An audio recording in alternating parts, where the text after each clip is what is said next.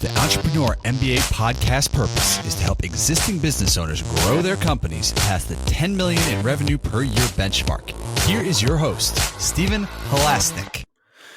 Welcome, everyone. My name is Stephen Halasnik, and I am co-founder of Financing Solutions. For those of you who do not know about Financing Solutions, we provide easy to set up lines of credit for small businesses. And I will be your host for today's Entrepreneur MBA podcast.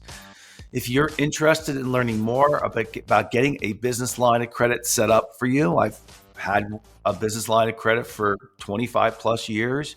I highly recommend it. It's a great thing to have in place. Please visit our website at fscreditline.com. Again, that's FS as in Financing Solutions, creditline.com. Over the last 25 years, I've built 6 companies in the $5 million to $25 million range, including 2 companies on the Inc. 500 fastest growing companies in the United States. I love learning from people with business experience, and today I'm very excited to be speaking with Mike Kaeding from Norhart. Mike Kaeding is the CEO of Norhart. They design, build, and rent apartments. They are transforming the way apartments are built and managed by incorporating technologies and efficiencies that have revolutionized other industries, leading to high-quality, cost-effective projects. Mike's parents started the family business, but just a few years after Mike joined the business, Mike's dad unexpectedly passed away. All of a sudden, Mike had what felt like the weight of the world on his shoulders. Mike, welcome to today's Entrepreneur MBA podcast. Thanks for having me. So how long ago was it that you kind of you had to take over the business? Boy, that's just about 10 years now. 10 years. Okay. Yeah. So we kind of jumped right into it. But, before we got on the air, I told Mike, that I had some pretty good experience with friends who took over their family business. And they're part of my entrepreneur group that has been together for over 25 years. So, this entrepreneur group that I met with every month, we meet for 5 hours and talk about issues and so on and so forth. So I really got an inside scoop as to two people in my group who took over their family business in this very similar circumstance that you're going to talk to us today about, Mike. And I know the turmoil and the issues that went on with these two people. And, everyone goes through a different journey, I'm sure. But what were you doing before you got involved with your family business? Yeah, growing up, we lived in the family business. So I can remember trips to the hardware store. These were our family outings. We'd travel a half an hour out there. We'd fill up like 8 carts. Each one of us in the family had 2 carts we were pushing around as a pipsqueak kid, up to the brim, put in my dad's trailer behind his car, like up to the sky, driving on the highway. I don't think it was all that safe. And then working to build some of these buildings. And so it was very small to start off. But I grew up in it. I lived in this world. And then I went off to college.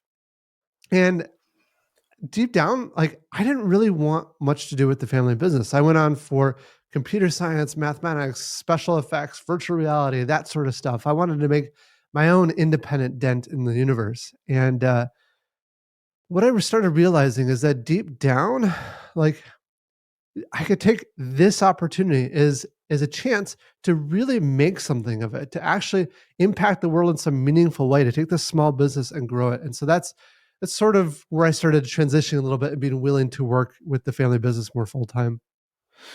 So you got thrust. Now, did you get thrust into the business because your father passed away, or were you already involved in the business? There were a couple of years there that my dad and I worked together. So that was very nice, and having that. How did you feel about the business? Were you passionate about it? Were you was it just no? Yeah. For me, I always wanted to make an impact, and I looked at a small real estate company. I thought, great. I mean, we're having an impact for a few people, but is that having a worldwide impact? Are we really making a dent in the universe? I didn't see it. And so the first year or so, I was very wishy-washy about the company. I would work a little bit here and there, but I was very focused on other things that I was trying to accomplish. And so there was a period of time there that I had to sort of grow up and really make a decision of what I wanted to do in this life.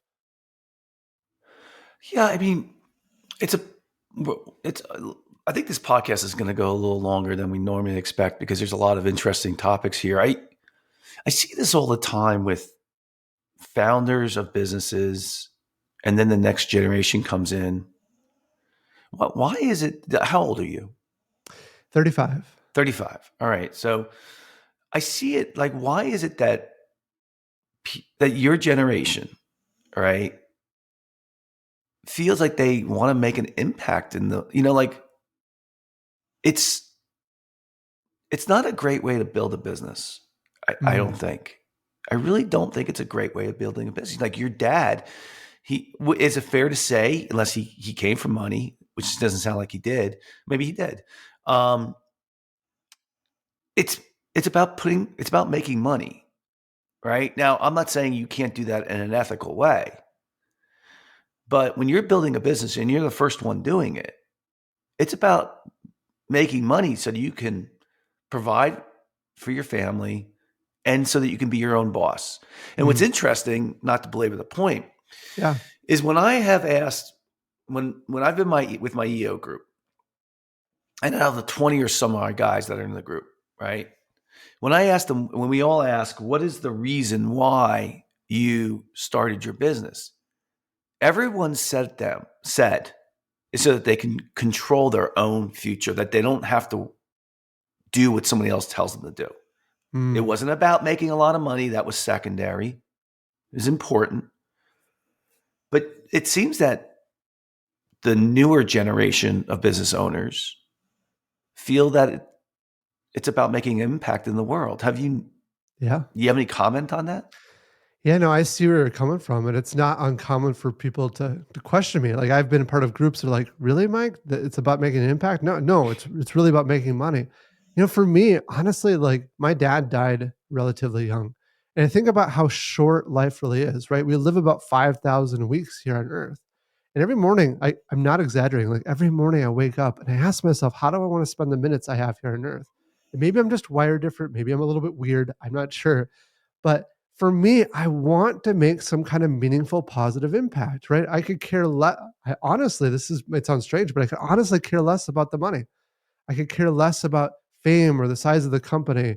You know, when you get to my grave, like you're not going to shovel $100 bills in my grave. Like it doesn't really do anything for me. What does do something for me is the idea that I can make a positive, meaningful change in the world. Now, did you have that attitude when you were working with your father, or was that something that's just been developing over a period of time? Um, there's certainly been a development of it, but I would say like even at a young age, that was very much ingrained in me. Like I wanted to make some kind of big, meaningful, positive impact. But your dad wasn't that way. Uh not to the same degree. I think he probably thought a little bit more like you. He wanted to build up a good, solid business, have a good, solid family life, have good time, have a great retirement. But it really wasn't about making a worldwide impact. It was just about living a good life. Yeah, yeah. So take me back to what were you doing with your dad what was your role with your dad? How big was the company? What was the revenue per year how long ago did your dad pass away? About 10 years ago, we had the way we measure size in real estate oftentimes is the number of units. So we had about 90 units at the time. That revenue is going to be uh, maybe $1 million a year. So pretty small. Yeah. Um, So your dad started it from scratch, or he took yes. over. He Yeah. started from scratch. That's a lot. Wow. He went to 90 units. And what, what got your dad involved in that business? Well, if you go way back, he was kidnapped in Peru. So there's quite a story there, but he ultimately lost everything. He did maybe have a little bit of dreamer in him at one point because he'd built one of the first hybrid cars and tried to take it to market before hybrid cars were a thing. But he lost everything and he knew he needed to get a stable source of income to support his family. And he didn't want to go work for other people. So he saw it as real estate was that opportunity. Wow. Wow. And so he just What had he been in the construction? Well, he was handy, right? Sounds like, right? He had grown up on a farm, and so very much handy. And he had built a house and owned maybe a couple of apartment units when he was younger. Wow. And then had you, I mean, you were a computer guy, you were in technology. What made you decide to come join your dad and work with him?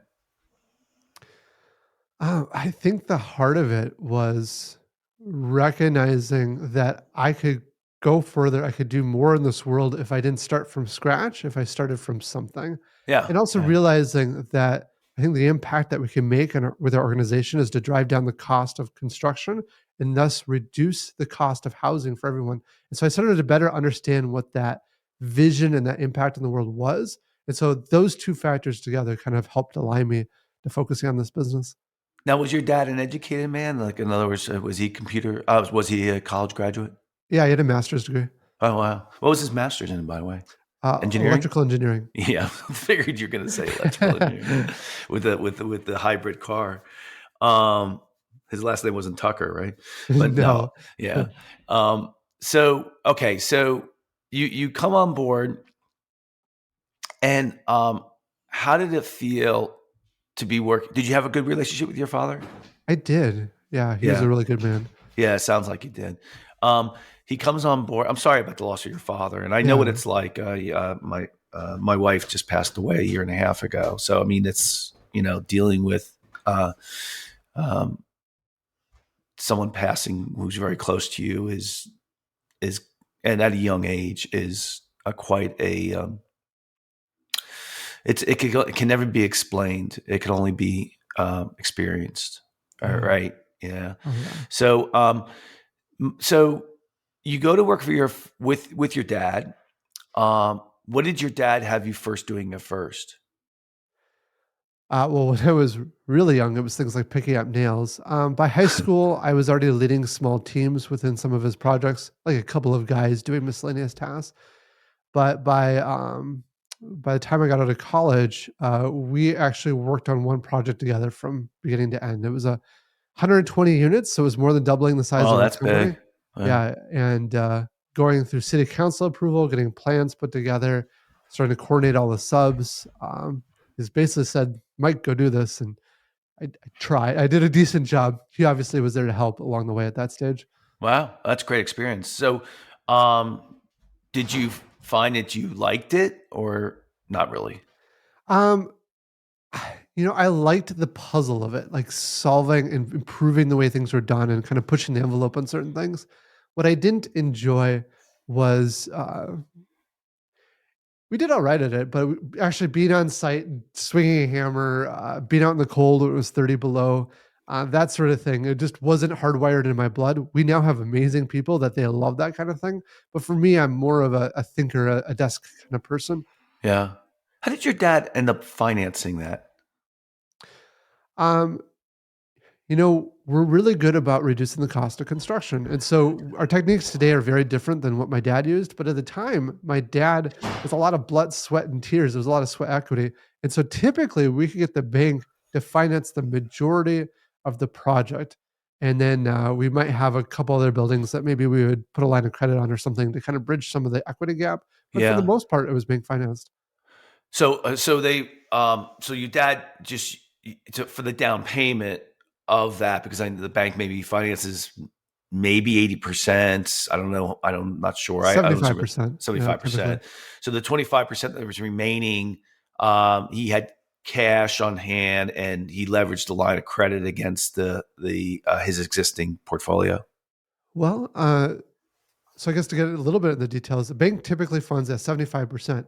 Our costs today on a project are more like 70%. So we can oftentimes get bank financing for more than the whole project. Now, there's a lot of nuance there. There's a lot of things that we have to do to make that happen. It's not just a turnkey thing. But back with my dad, it was the same sort of way. Maybe our costs were like 80%. So they only had to bring about 5% to the table. Now, the bank still wanted to see collateral in some way or see some way that they knew that they were not going to lose their assets. And so what we did at the time just took one of our 8-unit building and just put that up as collateral, as Yep. additional collateral for the loan. And they were pretty happy with that then.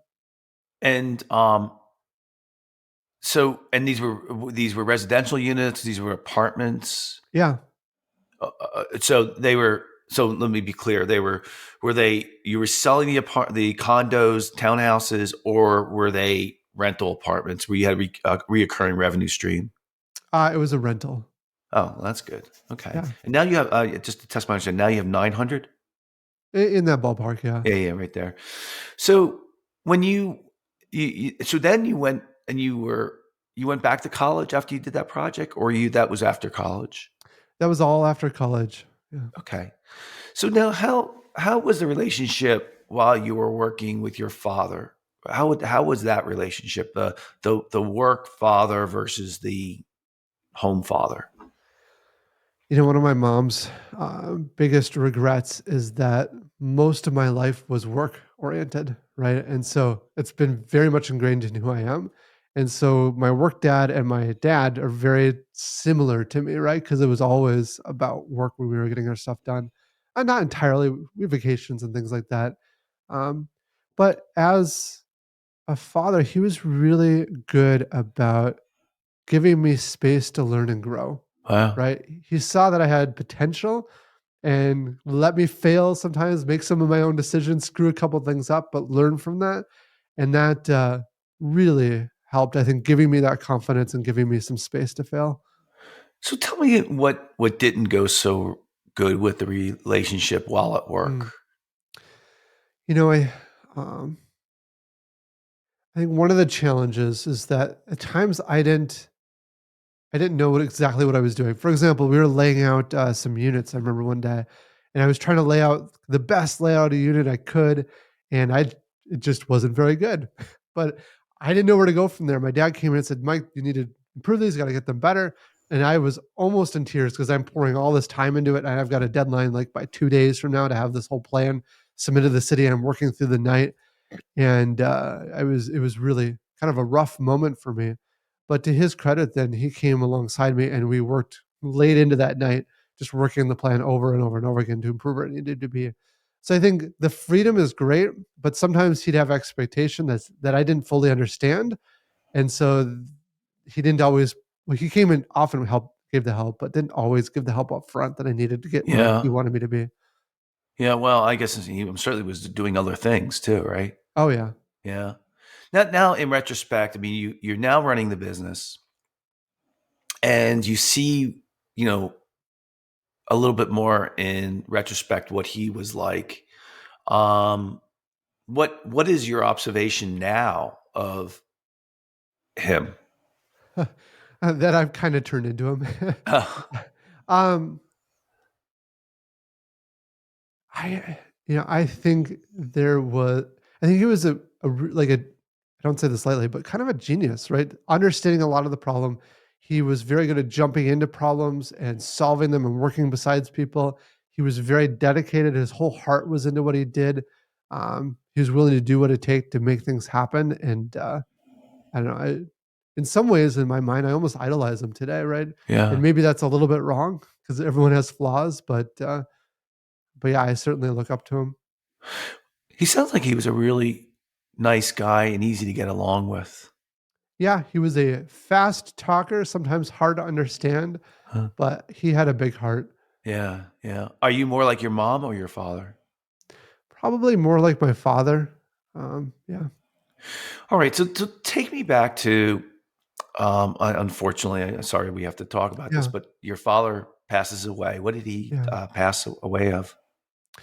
It was a brain cancer or a stroke caused by brain cancer. I Yep. remember one day coming into the office and I got a phone call, and it was from a bank that said, "Mike, your checks are bouncing to your employees for payroll." I said, "Really? Like, that never happens." My dad's sort of in charge of finances at the time. As I call him up and he agrees to come over, and he realized he put the money into the wrong bank account. And then we had him sit down and said, "Okay, we just have to write a check to move it to the right bank account."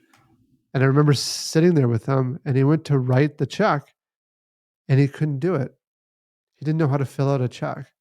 I was like, whoa, right? Like something's going on here. So I handle all that. We go to my mom's house that night and kind of sit with him. He was kind of dazed, tired looking. Um, but then the next morning, I got a call from my mom saying, you know, my dad's not well and he's not willing to go to the hospital. And I just immediately drove over there, and it was so clear that it wasn't him anymore. And I remember walking into the pantry, shut the door, and I just cried. I pulled myself back together and went to see my dad, helped him get his clothes on, and then helped him get off to the hospital. And that was really the last meaningful kind of connection. He did survive that initial stroke, but he just wasn't him. It was he did survive for 6 months after that, but it was he was basically dead at that point. It was just a shell of a person. I'm sorry. Like I said, I've been there, so I know what it's Yeah. like. And I've been around a lot of people who have gone through something similar, so I get it. So you come into, so now you had a responsibility of running that business. Yeah. Um, Tell me, what was going through your mind the first couple of months. That I need people around me that can support me and help me understand what I need to be doing. And so we brought on a few coaches at that time, which was fantastic. But I think if I'm being very raw and open and honest, I think there's a part of me that always questioned, am I good enough? Right.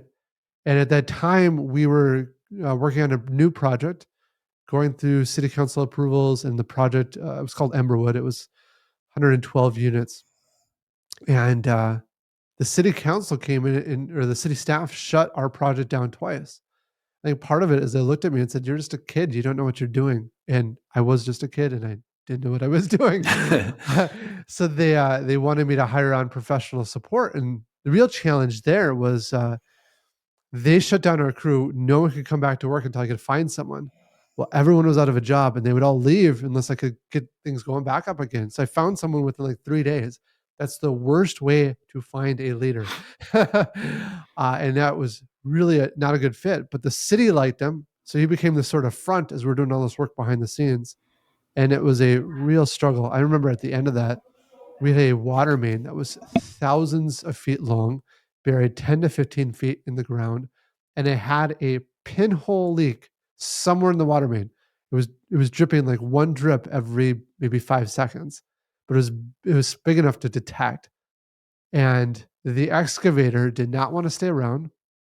He had other jobs he had to do, and so I was literally out there in my nicer clothes in the ditch for days or for weeks, uh, early in the morning, late at night, just trying to help out any way I could to keep this excavator going to find this leak, and it just felt impossible.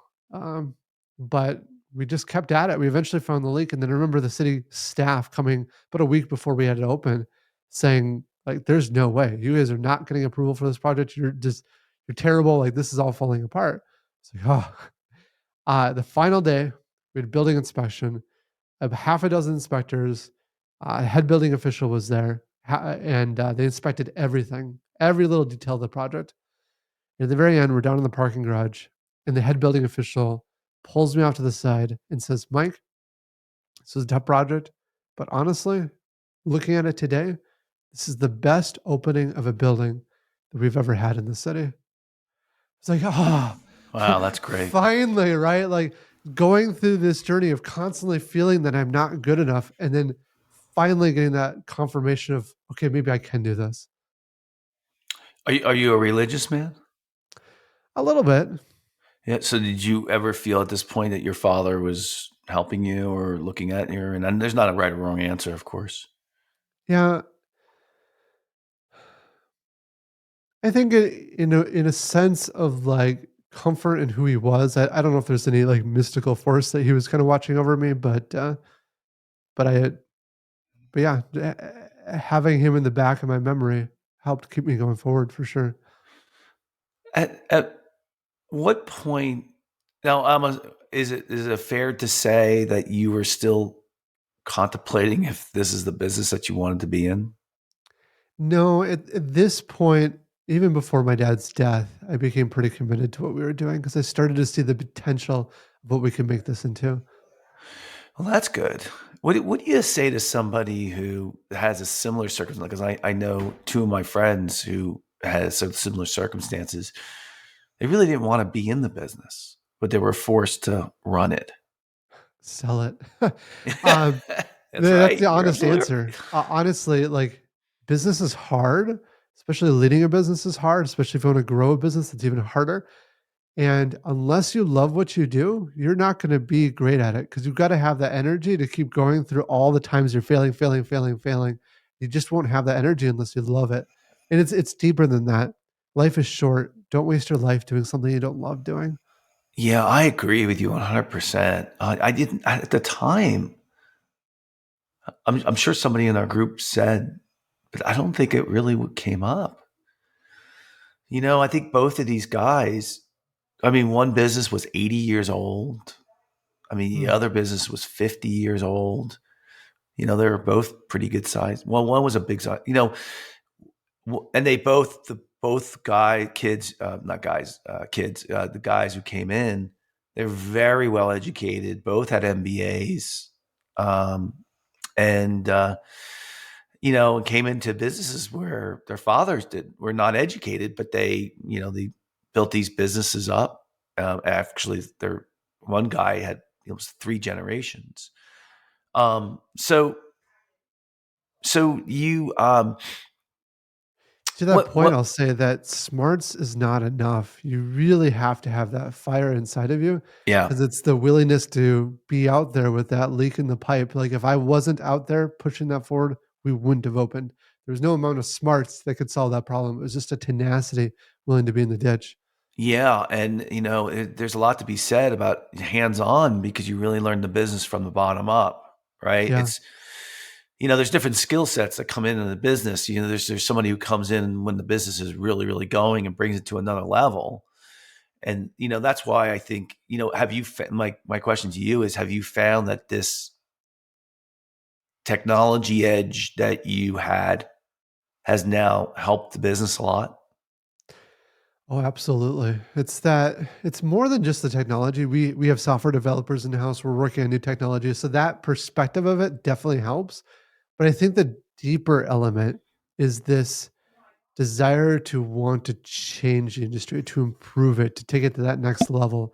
And I think that is the essence that's been the most valuable within our business. So you're going along with this building. And you got the inspector in there. It continues to go on.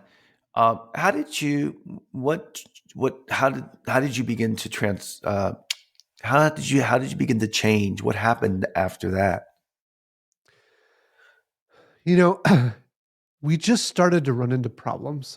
For example, we had a plumber that came to us at one point and said, "We're tripling the price of our bid from a prior similar project to the next project we're doing." And I said, "I just can't pay that, right? I just don't have the money for that." So we're kind of forced into thinking about how to solve these problems differently. So one of the things we started doing was with plumbing, for example, we I just went and bought a bunch of plumbing books.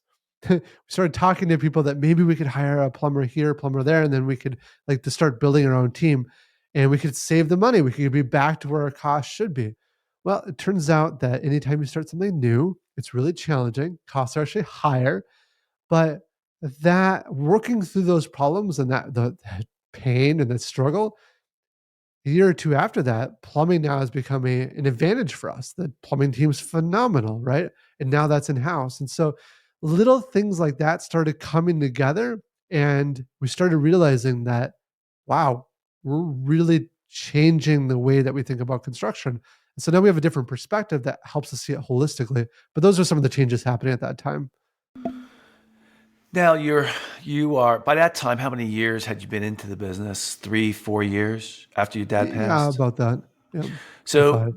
between the 5 years. So now it's between 5 and 10 years.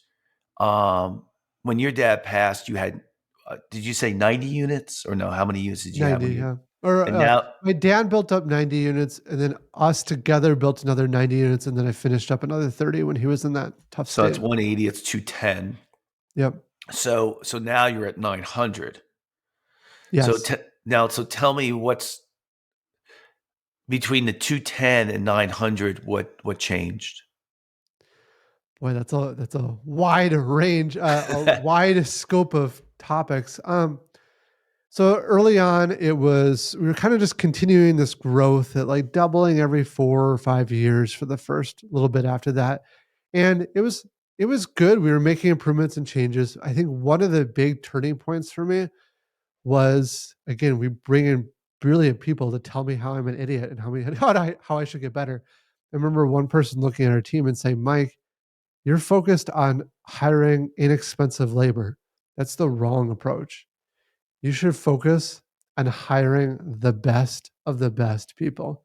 And we changed that perspective. And today we literally fly people in from different states to come work here every single week. We fly them home.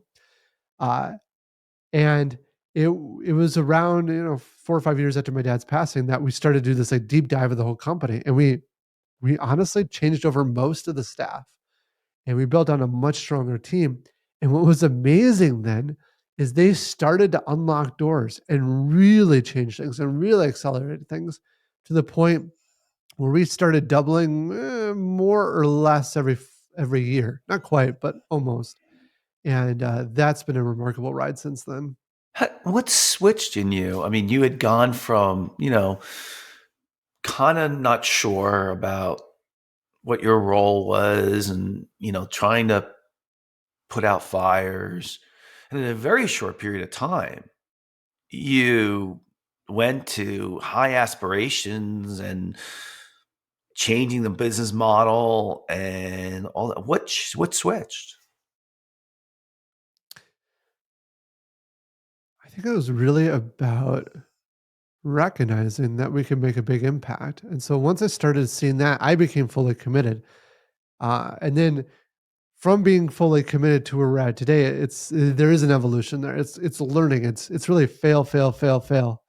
Oh, learn something new, succeed, fail, fail, fail, fail, succeed again. And that's sort of the iterative process that we're in now that slowly evolves our thinking and the way we handle things. But I would say that commitment really built in early on after joining my dad within a couple of years. The culture of the company while your dad was there was what? Family. It's It was probably the best word. It was very small. We only had a dozen or so, 15 employees. yeah.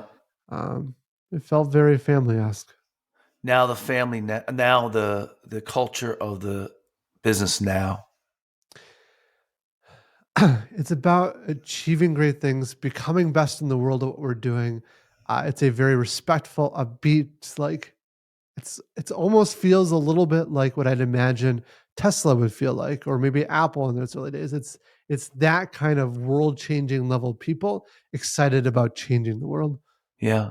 Funny. It's funny you should say Tesla. So so there's this really good podcast called Business Wars.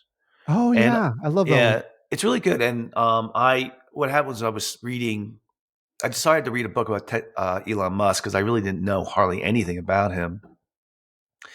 And then I forgot I forgot how I found it.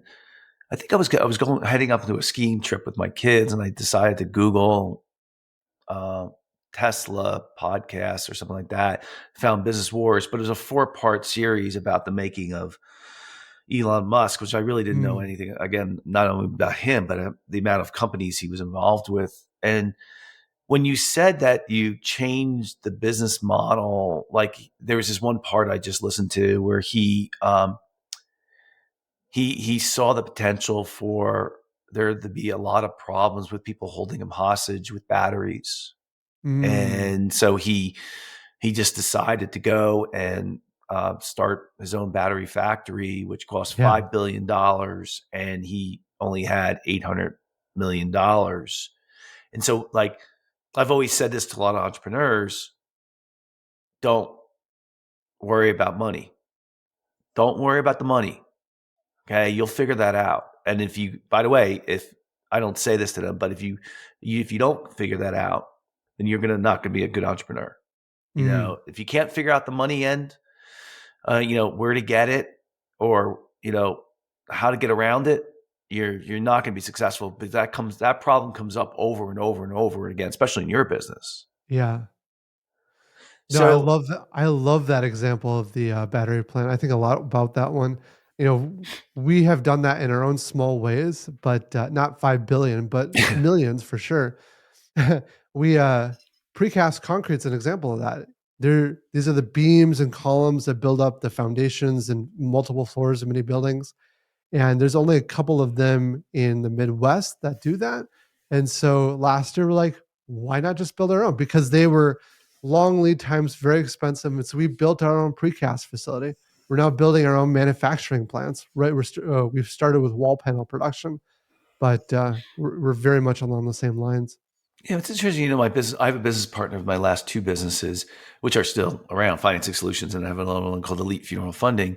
Amazing business partner. Mm, And we were talking. We've known each other for a long time, 25 plus years. He was in my entrepreneur group, and he had a successful business before he joined me, or I joined him. He joined me, and then I've had some successful business before him, and then we either sold them, or or they ran it their course.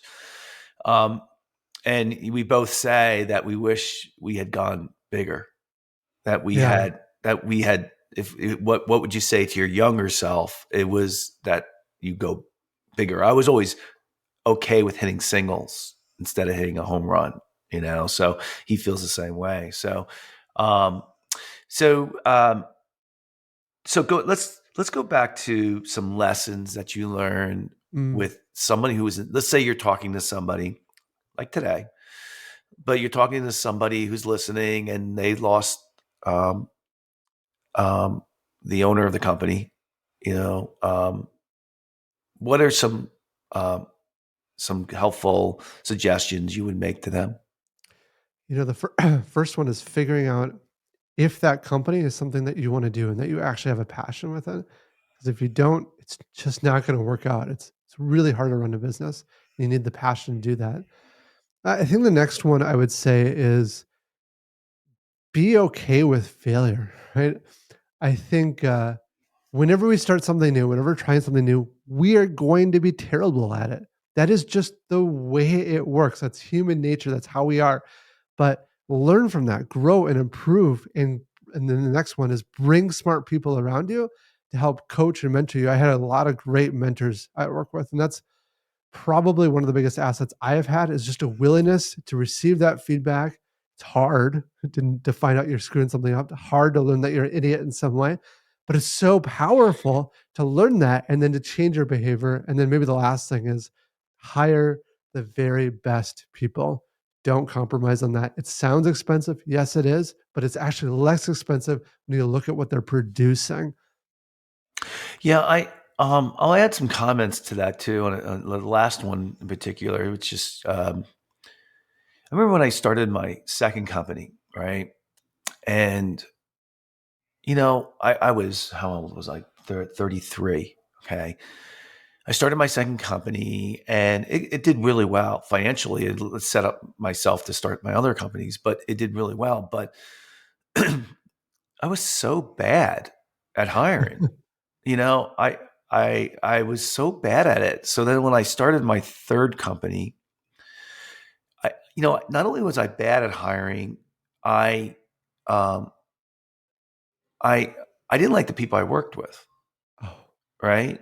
And so the third company, I said, we're going to be really good at hiring mm, people who fit well, who are, that fit into our culture. So we defined our culture before the company began. We made sure we professional. I say we. I owned it, but I don't like saying I. I like saying we. Right.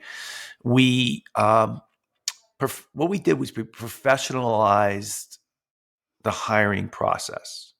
So mm, I read 3 books on it. I took courses. I, did everything I could to make sure we had a good process down, so on and so forth. We really did a good job. And then I had incredible people working for me, and I Yeah. really liked them, right? And our turnover was real down. The people loved working for the companies. We did a lot of the right things, and I really built a great company there. And that experience helped me through the fourth, fifth, sixth, seventh company. Um, so I agree Great with you. people make a great company. It really all comes down to people. It's shocking how much that is so true for me. Yeah, and I think what I would say to you, everybody, is it's really it's a professional process Yeah. of hiring the right people. You often would say, especially for the roles that I was looking for, it was finding a needle in a haystack. Yeah. You have to go through a lot of people. You have to really refine your process. You have to have job descriptions. You have to have measurements. You have to have criteria. You have to have check-ins. You have to have good managing techniques. You have to have a company's defined culture and purpose. And I mean, this all didn't happen from day one. I'm not suggesting that, but I mean, I think you and I are talking about the same thing, right? Yeah, absolutely. And so now, where do you think you're going from here? Our our dream is to drive down the cost of housing, right? And to do that, you have to solve construction. If you look at many industries like manufacturing, they've improved labor productivity by 760% over the past 60 years. Agriculture, it's been 1,500%. During that same time period, construction has done just 10%. It's been flatlined. This industry has not evolved in the past 60 years. And so we're just taking those techniques and bringing that into our space. And we're already about 20 to 30% less than other developers building similar buildings in similar locations. We think we can achieve a 50% reduction in cost. Think about what that means. That means someday your rent could be half, or your mortgage payment could be half. Now, one question we often get at this point is, well, does that mean you're offering lower rents to your residents today? No, and that's intentional. If we offered lower rents to our residents today, that means a few thousand people would get discounted rents, would improve their life. But our thinking is national. We want to expand the manufacturing capacity of construction up to the point where we are then producing so many units to the marketplace that supply and demand factors hit and the price comes down for everyone. And that's what we're working to build. So the next 10 years, our goal is to hit 192,000 units under management with a construction pace of 60,000 units per year. So do you become a construction company, no, a building materials company instead of a building rental company? I don't know what the right terminology is. Because if you're forcing yourself, if the biggest component of the housing cost is construction costs, and someone else can just like the battery example that I use with Elon Musk. I mean, I'm belabored. This is going on Yeah, too yeah, long. You know what I mean, right? yeah. So are you now? Do you think your business might switch? Let everybody Um, else build the buildings, but you produce cheaper costs for them? Well, the way we think about it is we basically want to build the manufacturing facility that produces apartments, right? Yes. But at a massive scale. So it isn't actually a building, there's a lot to it. But that's what we're thinking about. We want to build the system that builds buildings. Elon Musk talks about it, how building a car is hard.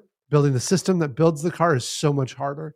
Our industry has not really built out a fantastic system, and then we could do a lot better.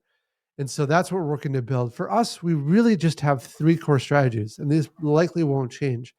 The very first one is all about people. If we get that right, everything else kind of falls in place. If we get that wrong, we fail. So we want to build amazing work environment. Number two is thinking about disrupting how we provide apartments. And so we actually have a team right now reimagining the way people can live in apartments. And that's really cool. We want to push that forward, like the iPhone of apartments. And then the strategy number 3 is disrupting the construction industry. It's driving down those costs. So those are the 3 things we're really working on. How come you haven't moved into prefabbed apartments? We are a little bit. The challenge is, so you have a variety of prefab. The fullest extent, and the maybe what you're thinking about, is volumetric, where they produce an entire unit and then ship it. The companies that are doing that today, and we've talked to a number of them, they do not actually lower the cost yet, because there's added costs in delivering full volumetric. You have to build it up at a higher standard. You got shipping and transportation costs, which are not de minimis. Um, so that could be our end result. It's not immediately clear to me that is the end goal. For sure, prefabbing more of it is on our radar. And so right now we're producing all the wall panels in a factory. So you have the entire exterior done, the siding, the vapor barrier, insulation. They can just drop those in place. So it's going to be somewhere between that and full volumetric is where we're going to land up. But what's going to drive us is what actually drives down costs, not just what's a great headline. Mike, I have to say this. Your dad would be so proud of you. I appreciate that. He's looking at you now, and he's like, wow. I'm sure he's taking credit too. He's saying, I knew he was gonna do good. He should take credit. Yeah, I wouldn't be what I am without him. Yeah. So, how old are you now? 35. You're 35, and you joined your dad at 25. Yeah. And wow, so you got a big jump you got a lot more years left there. Wow, it's going to be pretty impressive. 190,000 units. And then I'll be interested to see where you go from there. Well, good for you. I appreciate that. Before we go, what else would you say to our listeners in regards to this topic?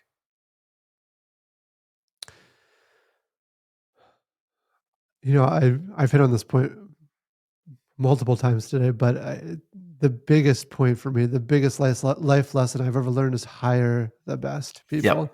Bring in world experts. We fly in literally world experts at different niches. For example, concrete.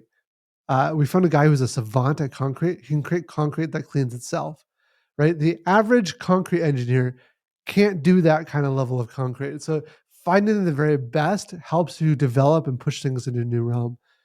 Maybe one more thing is be bold, right? Kind of like what you mentioned. I've heard a lot of leaders say this. They wish they had pushed it further. They wish they'd taken home runs rather than just singles. And so there have been many instances where we could have taken it easy and not pushed quite as hard, but I'm glad we pushed in the harder realm. We're just in a better spot today, even though it's painful going through that. We're just in a better spot today. We have a better chance of impacting the world. Are most of the departments that you're done? I know you're in Minnesota. Are they in Minnesota? Yeah, so all of our apartments today are in Minnesota, although we have a manufacturing facility in Wisconsin. We're expanding now our apartments into Texas. We're also working on a manufacturing facility in Mexico. Last question. Where do you think you have to develop as a business person? So many areas. One of the ones I have to actively work on is really focusing on human connection. I think my innate who I am is all about like results and systems and producing all the things we have to get done. I need to spend more time taking a step back and saying, "How are you really doing? How's the family? How's the kids?" Right, and remembering those things and building relationships at that kind of level. That's probably where I struggle the most. Yeah. Hey, listen, I had this manager a long time ago. He was amazing at remembering people's names. Yeah. Right. I'm really good at remembering details about people's lives. So I'm really good at that, and it makes me personable because of that. But I think it started from this guy who just really he became senior vice president, second in command at Xerox. Oh wow. Yeah. So he was, I was with him. He was my boss's boss when I was 21 years old, and I worked for 8 years for Xerox. And I started my own companies after that. But he went on to be the second in command at Xerox, which is, Wow. the Xerox was the Google of its day. So, Yeah. but he was so good at that. So I agree with you. I think the ability to be personable not only makes people feel really good about you, but it also personalizes your business for yourself and makes it less about the dollars and cents. And which I'm not kind of contradicting myself, but as your business gets bigger and bigger and bigger, there's other factors that starts to drive you. Yeah. Being a good boss, keep creating a good company, helping your employees. You don't have to be so.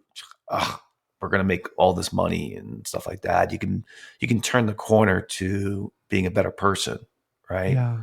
Yeah, cool. Well, listen, it was a great conversation. I definitely would tell you from my standpoint, it was one of my more interesting podcasts. Wonderful. You're a great guest. So, Mike, I wish you all the best of luck. I don't think I need to tell you. I think you're going to do really well. Although I have to say, you didn't go through the 2008 recession, so that would have been rough, I Oh, think. that's when I was building. That's when we were building our first That's when you building were building. after my dad. Yeah. Well, you went through a tough period. I remember that one well. Yeah. So, all right. Well, very good. I'd like to thank so very much Mike Kaeding from Norhart for coming on to today's podcast. And if you like today's podcast, please feel free to share it with a friend and also subscribe on your favorite podcasting app. Please also give us a review of today's podcast. If it's 5-star, it really helps us get the word out.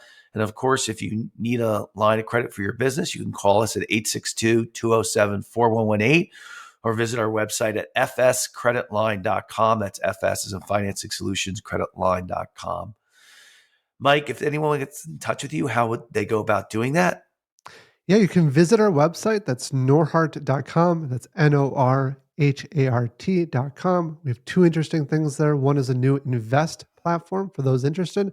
And lastly, is we're starting up a new podcast called Becoming a Unicorn. It's about the journey of small businesses growing to billion-dollar enterprises. Cool. Well, that's great. I'll listen to it. So I think my takeaway for today for everybody is from Mike is that you have the ability to fall in love with your business too.